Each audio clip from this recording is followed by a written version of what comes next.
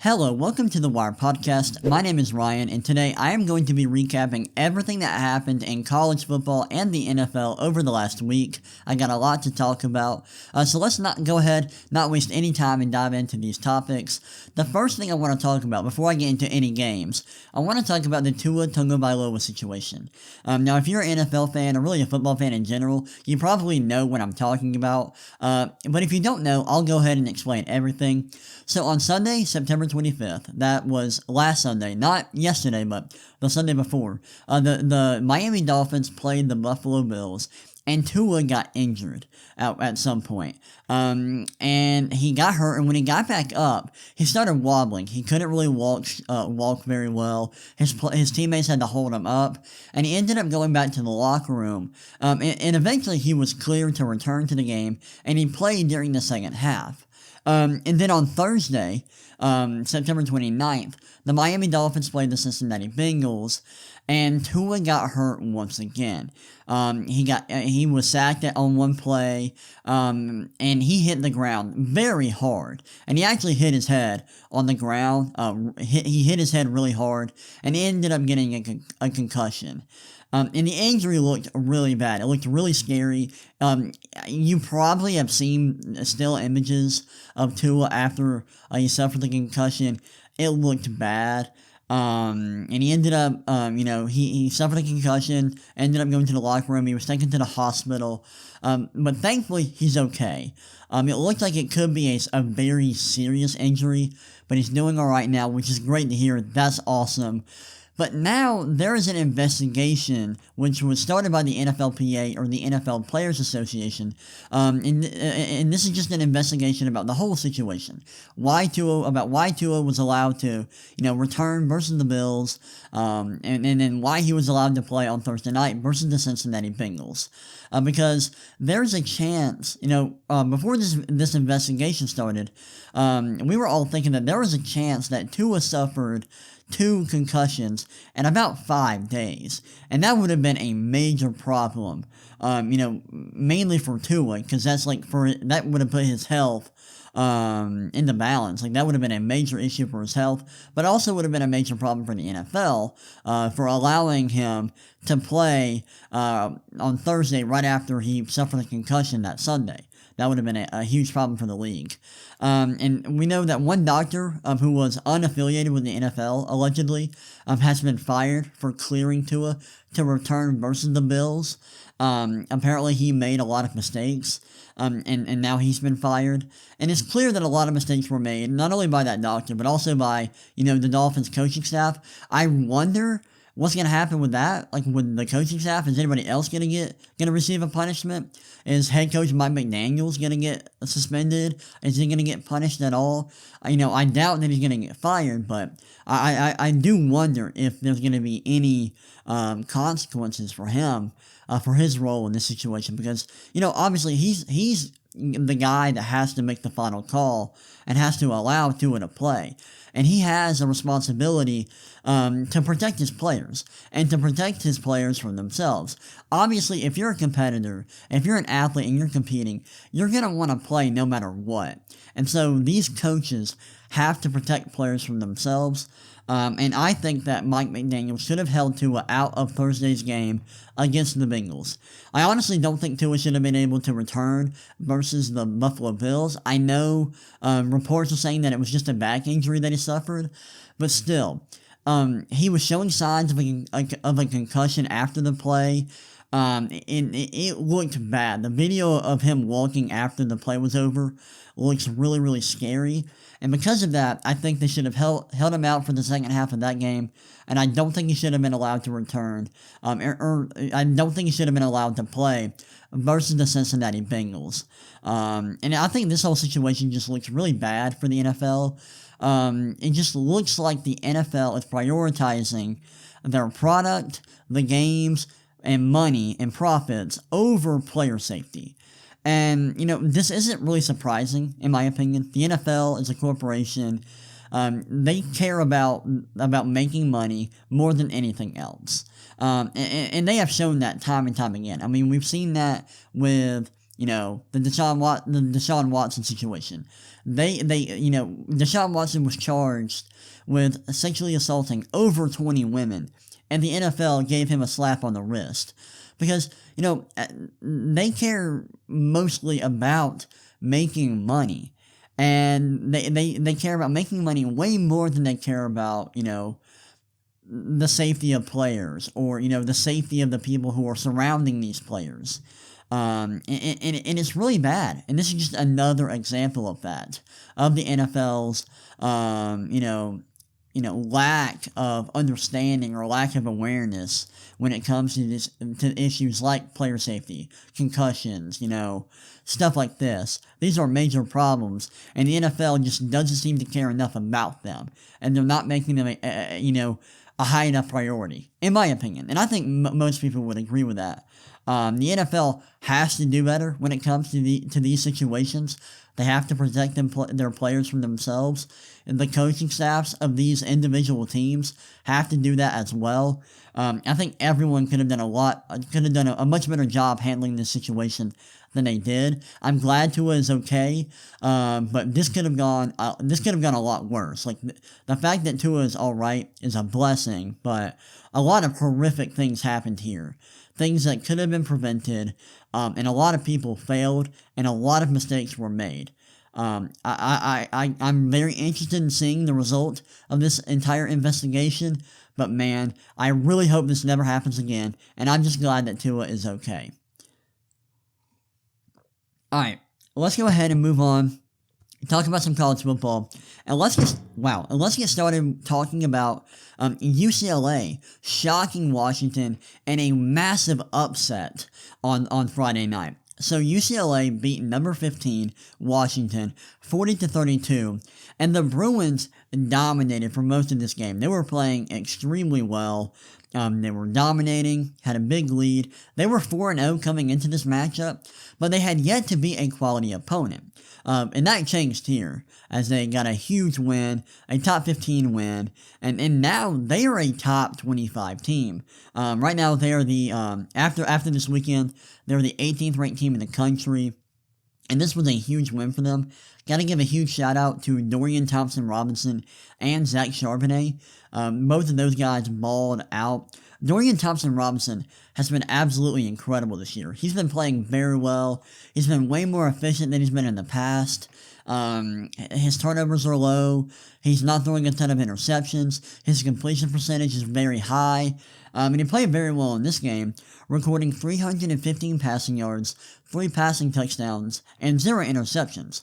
He also added 10 carries for 53 rushing yards and 1 touchdown on the ground, for a QBR of 92.4. He played very, very well. And then Zach Charbonnet, he had 22 carries for 124 rushing yards and 1 rushing touchdown. He also added 3 catches for 56 yards, 0 touchdowns, but he played extremely well in this game. He was awesome. Also got to give a shout out to Jake Bobo, who had a wide receiver for UCLA, who had 6 catches for 142 yards and 2 touchdowns. He balled out in this game. He was very good. UCLA's offense was just spectacular in this game. They played very well. Also, I want to talk about Washington a little bit. Michael Penix didn't have his best game. He had 2 interceptions. Washington turned the ball over twice in this game. UCLA didn't turn the ball over at all. And that played that was a huge factor in UCLA coming out with the victory here. But Michael Penix just straight up got outplayed by DTR. Dorian Thompson-Robinson just straight up outplayed Michael Penix, and that's huge because Michael Penix has been one of the best quarterbacks in college football this year. He's been ultra productive. In this game, Dorian Thompson-Robinson was just the better player. He was extremely good, and I think that is very impressive. But yeah, shout out to UCLA. Big win for them. I think they have a legitimate shot to win the Pac-12 this year. Obviously, they have other really good teams in the conference. They got Utah, Oregon, USC. So they got a lot of competition in that conference. But they've been really good. They got a good quarterback. They got some nice weapons offensively. Zach Charbonnet is a beast. Their defense has been playing pretty well this year. So I think they have a legitimate shot to win the Pac-12. And getting a win like this is huge, especially considering that they have some huge games coming up. Next week they play Utah, and the week after that they play Oregon, which are two huge matchups. So we'll see how legit of a team UCLA is the next 2 weeks. But yeah, big win for them against Washington, and I can't wait to see what UCLA does for the rest of the season, because I think they have a chance to be very, very good. Alright, let's go ahead and move on and talk about one of the other big games we had this week in college football, and that is Ole Miss versus Kentucky. So in this game, Ole Miss, they took down Kentucky for a huge win. Their first win of the season. Ole Miss, number 14 Ole Miss beat number 7 Kentucky 22-19 at home. Ole Miss was actually rolling early. They had a big lead early in this game, but eventually Kentucky came back to tie the score in the third quarter. Ole Miss kicked a field goal late to take the lead late in the third quarter, and their defense dominated in the fourth quarter to win the game.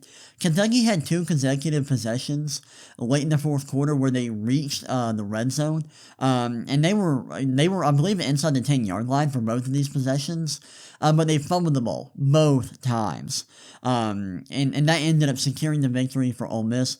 Ole Miss's defense played very well in this game, and those 2 possessions at the end of the fourth quarter were huge and allowed Ole Miss to walk away with a W. Now, Ole Miss was not perfect on offense, but their defense played extremely well and played well enough for them to win. I got to give a huge shout out to Ole Miss running back Quinshon Judkins, who played out of his mind in this game. Let me pull up the box score. He was absolutely fantastic, recording 15 carries for 106 yards and 1 touchdown. He was very good. He played very well. Got to give a huge shout out to him. He was awesome. He had so many big runs. Also got to give a huge shout out to Malik Heath, wide receiver for Ole Miss. He played well. He had 6 catches for 100 yards, 0 touchdowns. He played well. Now after this win, Ole Miss is a top 10 team in the country. They are I believe they're number 9 in the AP Top 25. Yeah, they're number 9, which is huge for them. This was a big win. They were actually favored in this game, so technically it wasn't an upset, even though they were ranked lower than Kentucky. But still, this is a big win. This is a conference win for them. And now Ole Miss, they're looking really, really good.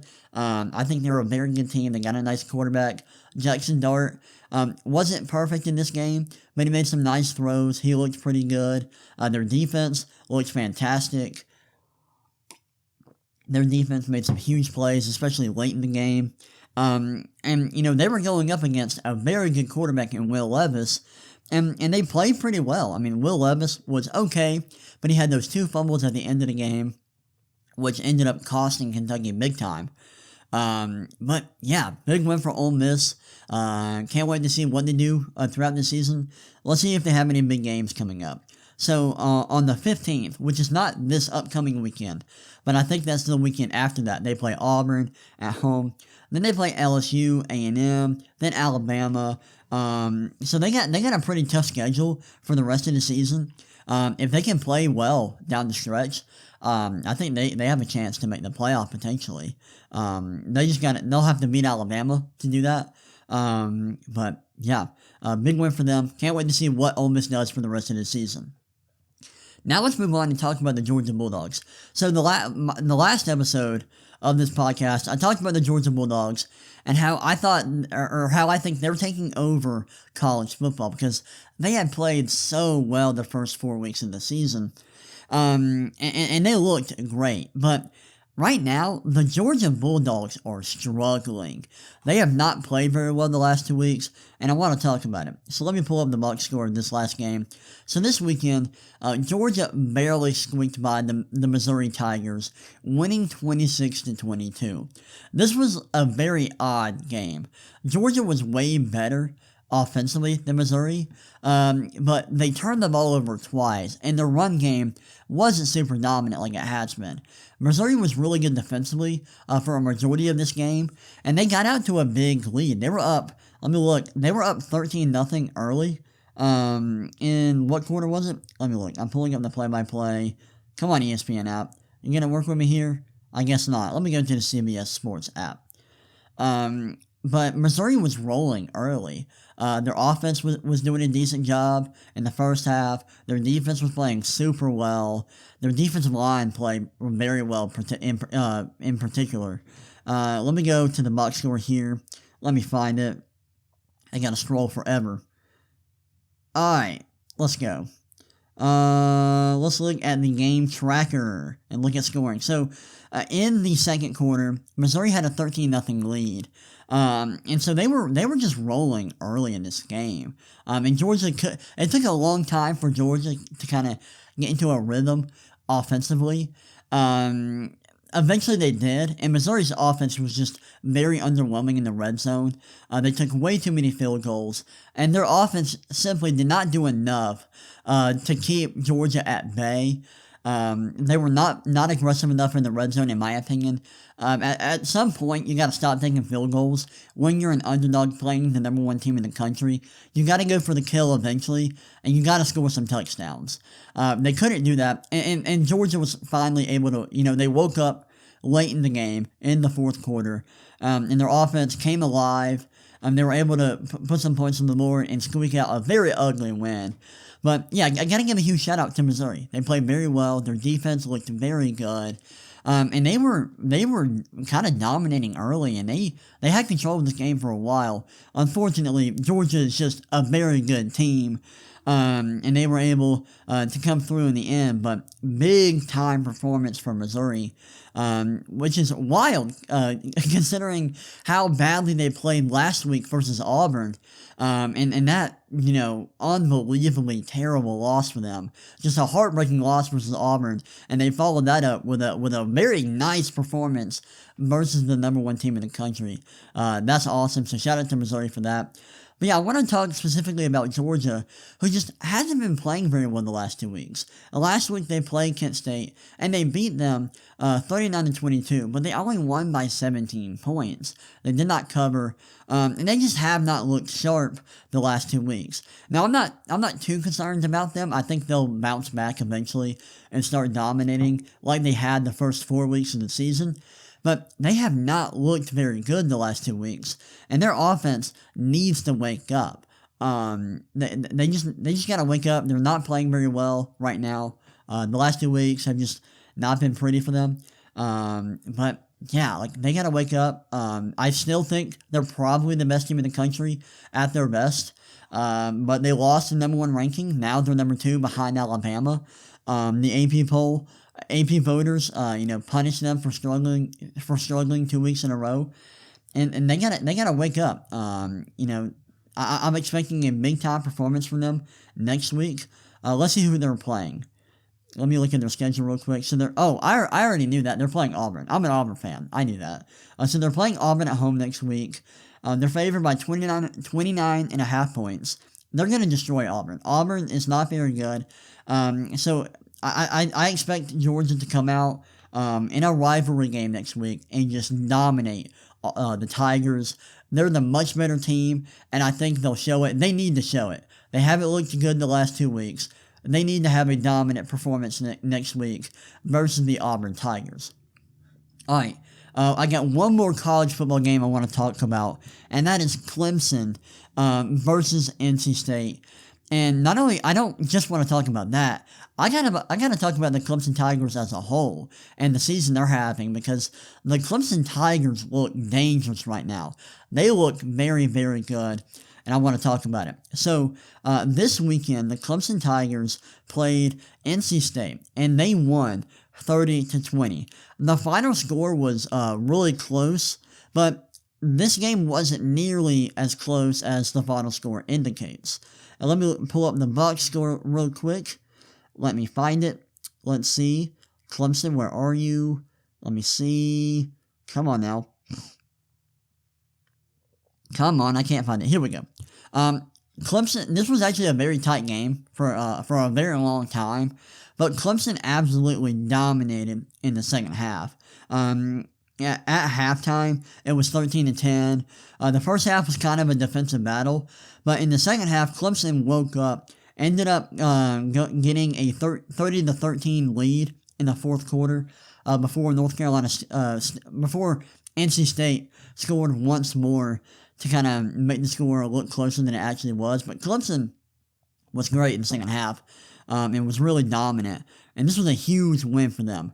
And this gives them 2 quality wins this year. They're 5-0. Last week they beat Wake Forest.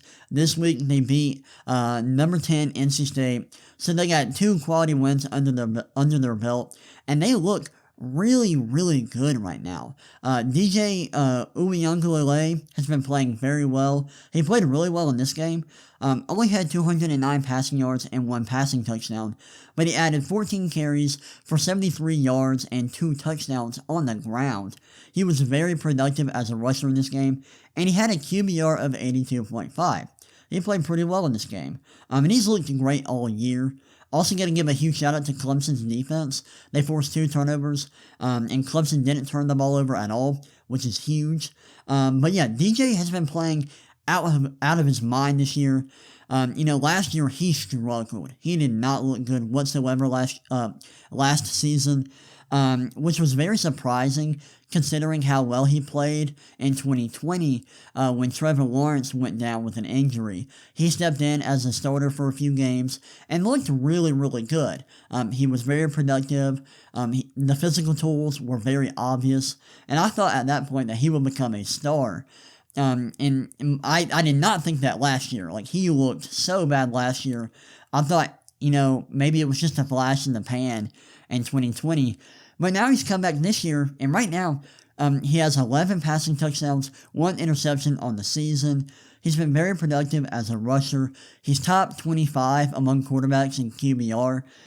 He's been very efficient, and that's great to see. DJ is a very talented quarterback, and it's great to see him playing at such a high level this year. He's been a stud, and I just wanted to talk about that a little bit. Right now, Clemson is number 5 in the country. I'm a little surprised that they are not higher, because, like I mentioned earlier, they have 2 quality wins against Wake Forest and against NC State, and they're undefeated. They started out ranked number 4 preseason, and they're ranked lower, which doesn't really make sense to me considering their resume. But yeah, Clemson, they look very good right now. Their offense has played a lot better recently than they did early on this season. They look like a really good team right now, and I can't wait to see what they look like moving forward, because they got a lot of talent on that team. Their defense is good. They got a very good quarterback. Will Shipley's been pretty good this year. They got a good team, and I think they got a chance to be pretty great this season. All right. Also, before I was going to move on to the NFL, but I want to look at some other college football scores. Let me get a drink of coffee real quick. Alright, so there's some other scores that I want to look at. I didn't break down everything because I just don't have time to do that. I got to limit what games to talk about. But here are some other big games that we had this weekend. Oklahoma State beat Baylor 36-25 on the road.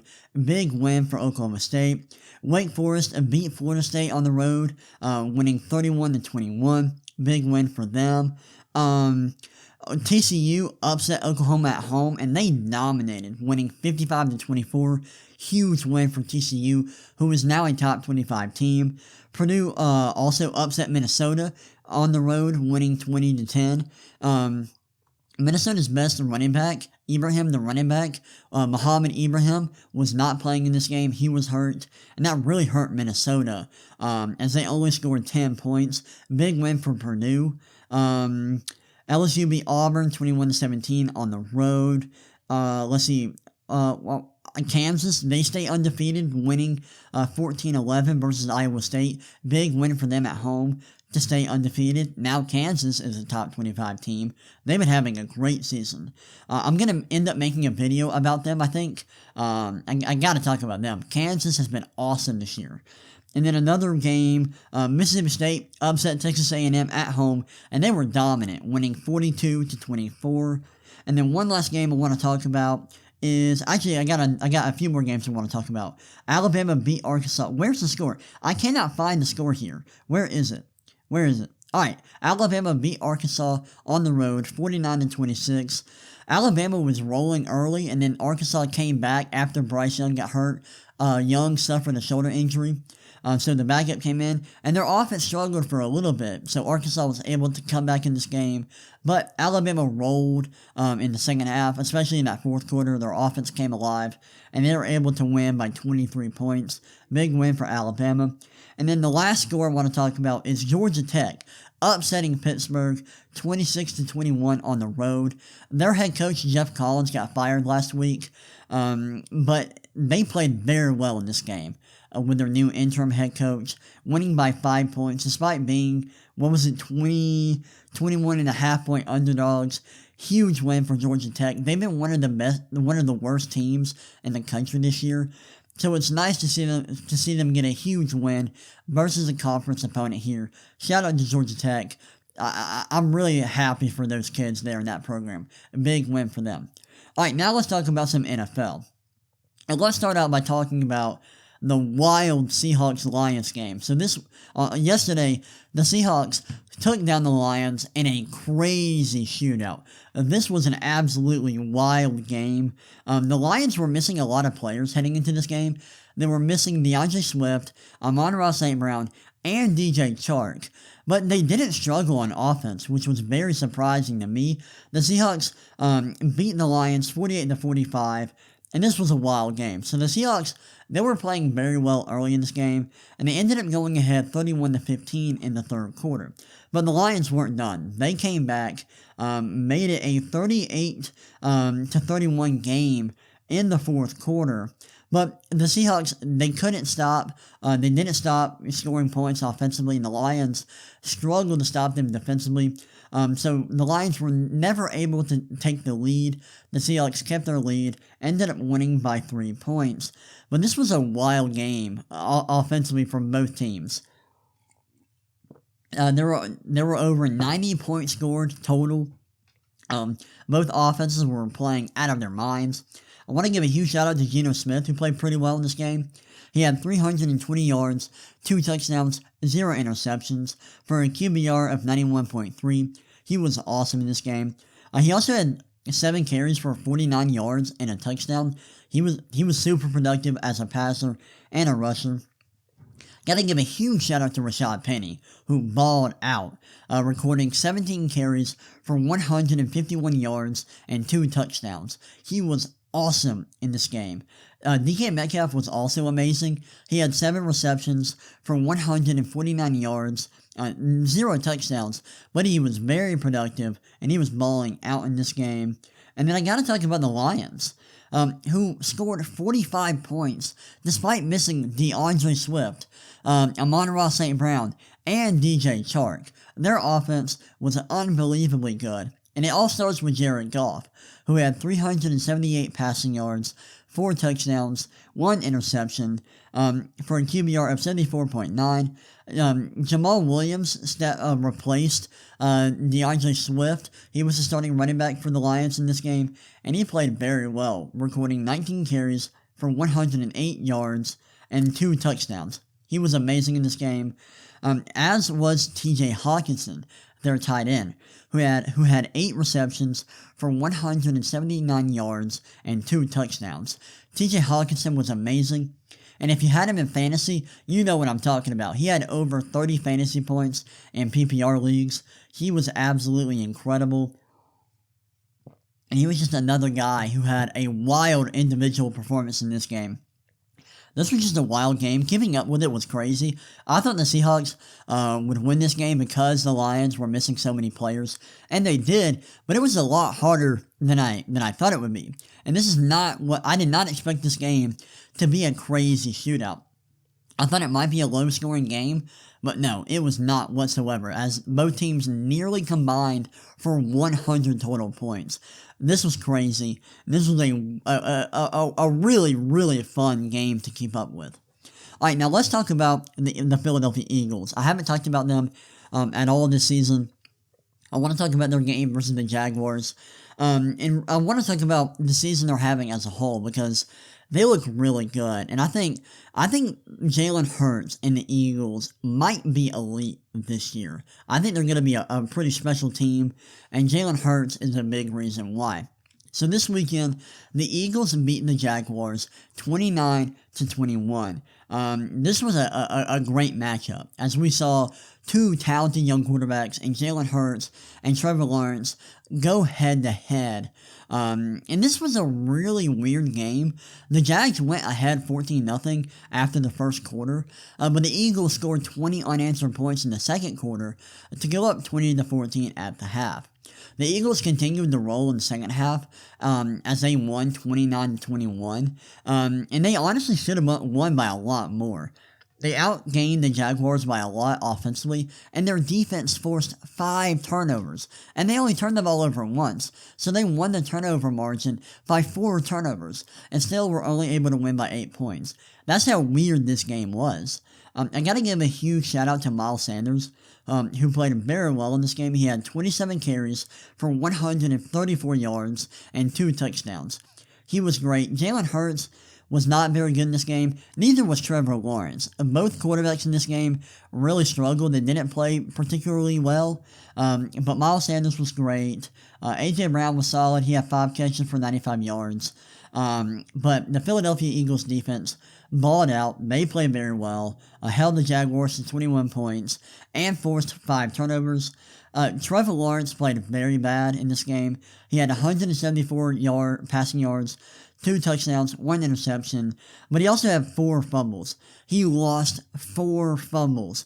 That is unbelievable. That's wild. You don't see that very often. But the Jaguars' offense just struggled in this game. They were playing well early, but the turnovers killed them, and the Eagles' defense balled out, and that's why they were able to win this game by 8 points. But yeah, this is a wild game, but I want to talk about just the Eagles, how well they've been playing. And how good Jalen Hurts looks right now. So this year, the Eagles they're undefeated right now, right? They're 4-0, I believe. Let me look. They are now ESPN. Why? The ESPN app is so bad. It is complete garbage. Can I please click this? No. Now I gotta go to the ESPN app, or the CBS Sports app. I hate ESPN. So right now, the Eagles are 4-0. They're undefeated, and they look like one of the best teams in the NFL. Like, they are just flat out one of the best teams in the league. And one of the main reasons why is Jalen Hurts. Jalen Hurts has just been absolutely incredible this year. He is balling out, and he looks like a star. I'm not kidding. He looks like a star. He's been awesome. The passing numbers haven't looked out of this world. I know he only has 4 passing touchdowns and 2 interceptions, but he's been pretty efficient, and the rushing has been unbelievable. Like, he's one of the best rushing quarterbacks in the NFL. The passing volume may not be there quite yet, but he's been very efficient as a passer, and his rushing productivity has been unbelievable. But the Eagles, they have a very good offense. They got a lot of talent on that team, on that side of the ball. They got A.J. Brown, Devontae Smith, Miles Sanders, Dallas Goedert, Jalen Hurts, obviously, who I've been talking about. They have so much talent on offense, and their defense is very good. And that combination is going to allow them to be a dominant team all year long. I can't wait to see how they play the rest of the year, and I can't wait to see them in the playoffs. But yeah, the Jalen Hurts and the Philadelphia Eagles are awesome, and I think they are going to be one of the best teams in the NFL this year. Alright, now let's talk about one of the crazier games this weekend, and that is Bills versus Ravens. So this weekend, the Bills shocked the Ravens with an insane comeback. The Bills ended up beating the Ravens this weekend 23-20, and the Ravens were dominating early as they took a 20-3 lead in the second quarter. The Bills stormed back, though, scoring 17 unanswered points to tie the game in the third quarter. But with around 4 minutes to go in the fourth quarter, the Ravens were inside the 10-yard line, and after 2 failed runs, they faced a 4th and goal. And at this point, it was a tie game, 20-20, with a few minutes left in the game. There was still a decent amount of time left, and all the Ravens had to do was kick a field goal to take the lead. But they ended up going for it. They went for it on 4th and goal, and Lamar Jackson threw an interception. He had a wide-open receiver, Devin Duvernay, in the back of the end zone, but he missed him, ended up throwing a pick, and the Bills got the ball on the 20-yard line. The Bills responded by driving down the field, and they ended up kicking a game-winning field goal as time expired. And John Harbaugh caught a lot of flack for his decision to go for it on 4th and goal with a few minutes left when the game was tied. And honestly, I understand why you go for it there, because, the weather was terrible in this game. They are on the goal line. They were on like the 3-yard line at this point. And if you go for it and you score a touchdown, you're up by 7, and that forces the Bills to score a touchdown on their next drive. It puts a ton of pressure on the Bills, and it gives you a very good chance to win the game. And also, if you don't get it, and you throw an incomplete pass, or you run again and you don't get in, the Bills have very bad field position, and you're likely going to get the ball back. Now, what happened was worse. They ended up throwing a pick, and so they didn't score, and also the Bills got the ball on the 20-yard line. So the worst possible thing happened there, but I understand why you go for it. However, I'm not really sure that it's the right decision to go for it. I get, I love it when coaches are aggressive, and I get why you go for it there, but it's a tie game. The the weather is terrible. You need to just get the lead. You can take points here. There was a few minutes left in the game. If you don't get a stop on your next drive, you'll still probably have time to get the ball back and to have one more possession. But they ended up going for it, and Lamar Jackson just made a costly mistake. That was a really bad play by him, and it was a really odd decision by the Ravens to go for it. I get why they did it. I'm still not sure that it's the right decision. I know some analytical models were saying that it was the right decision to go for it, and I get it. Like, getting a touchdown there gives you such a good chance to win the game. Like, if you score a touchdown there, like, your chances of winning the game are exponentially high. Like, they're stupid high. But the risk there was weird, and the interception just made this look like a really terrible play. And I think a field goal would have been a very solid decision there. But who knows? I know a lot of people were upset. I get both sides, and I think I lean more on the kicking a field goal, because it's like almost guaranteed points there, and it gives you the lead with a few minutes remaining. I get, giving the ball to Josh Allen, needing only a field goal to tie the game is scary, but you got to be smart. And when you're coaching super aggressively, you got to consider the risk, and I think the risk here was just a little too high, and I think there was just you got to take the points there, in my opinion. You got the lead right there if you just kick the field goal. I know the field goal isn't a guarantee, but it's very close to a guarantee, and it gives you the lead. I think you got to go for it there and kick the field goal. But those are just my thoughts. Let's go ahead and close out this episode by talking about last night's Chiefs and Buccaneers game. The Chiefs put on a show versus the Buccaneers, and they looked very good. They won 41-31 last night on Sunday Night Football. They looked incredible. The final score may have been fairly close, but the Chiefs had full control of this game for most of the game, and were pretty dominant, leading by as many as 18 points at one point. Patrick Mahomes was very good in this game. He played really well, and he made some wild throws. He had 249 passing yards, 3 touchdowns, 1 interception. He wasn't super efficient, but man, he had made some wild throws in this game. He had this one throw where he was running, scrambling. They were inside the 10-yard line, and he was about to get sacked. And he just like flips the ball up to Clyde Edwards-Helaire, which was awesome. And it ended up being a complete pass for a touchdown. It was a wild play. If you were watching the game, you probably saw it. You may have even seen highlights of it after the game. It was a crazy play. Also got to give a huge shout out to Clyde Edwards-Helaire, who balled out. He had 19 carries for 92 yards and a touchdown. He played very well. Travis Kelce was also awesome. He had 9 catches for 92 yards and a touchdown. He was amazing. He played well. And I got to look at the Buccaneers. This was a really weird game for the Buccaneers. I'll get to why in a minute. Gotta give a huge shout out to Mike Evans, who had 8 catches for 103 yards and 2 touchdowns.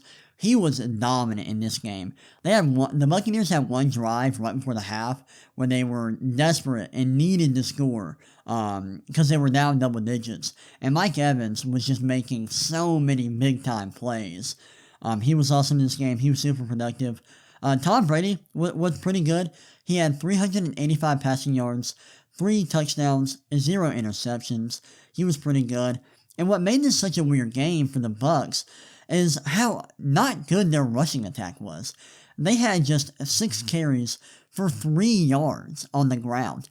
That is unbelievable. That is crazy. That's wild. I've never seen anything like that, especially from a team like the Buccaneers, which relies heavily on their rushing attack. The fact that they were so unproductive on the ground is absolutely wild.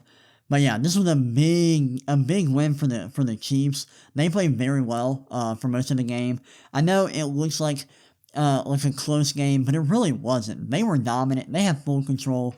Their offense was clicking. I've been very surprised by their offense this year. Their offense has been so good. It's been a huge surprise to me because they lost Tyreek Hill. I thought they might take a step back, but they haven't. Patrick Mahomes has been as good as ever.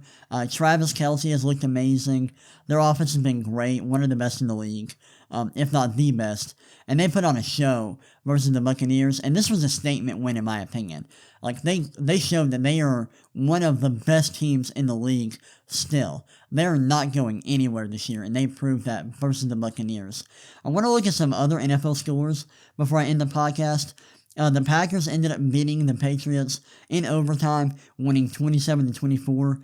The Patriots did not have Mac Jones, and they played pretty well still, but they weren't able to win the game. The Raiders beat the Broncos for their first win of the season, winning 32-23. Big win for them. The Cardinals beat the Panthers. This was a fun game, winning 26-16.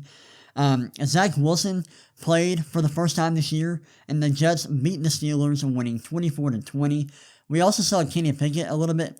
He got to play a little bit yesterday, but he turned the ball over twice. He threw 2 interceptions, and the Steelers ended up losing. Big win for the Jets. Let's see, is there anything else I want to talk about? The Vikings won in London. They beat the Saints, winning 28-25. This game came down to the wire, and this was a big win for the Vikings. Let's see. The Falcons won a game. They beat the Browns. This was a close game, and the Falcons were able to squeak out a tight victory, winning 23-20. And that's pretty much everything I want to talk about. But yeah, that's it for this episode of the podcast. I hope y'all enjoyed. If you want to see more content from me, you can check out my website at thewiresports.com. You can check out my YouTube channel at The Wire. You can check out my TikTok page at the.wire.sports. If you want to follow me on social media, hit me up there at the Ryan McCrary. That's the RYAN MCCRARY. And that's my handle on Instagram and Twitter. But yeah, that's all I got to talk about today. I hope y'all enjoyed this episode of the podcast, and I will see y'all next time. Peace. Thanks for watching. Click this if you want to see more podcasts or podcast clips, and subscribe so you never miss a video.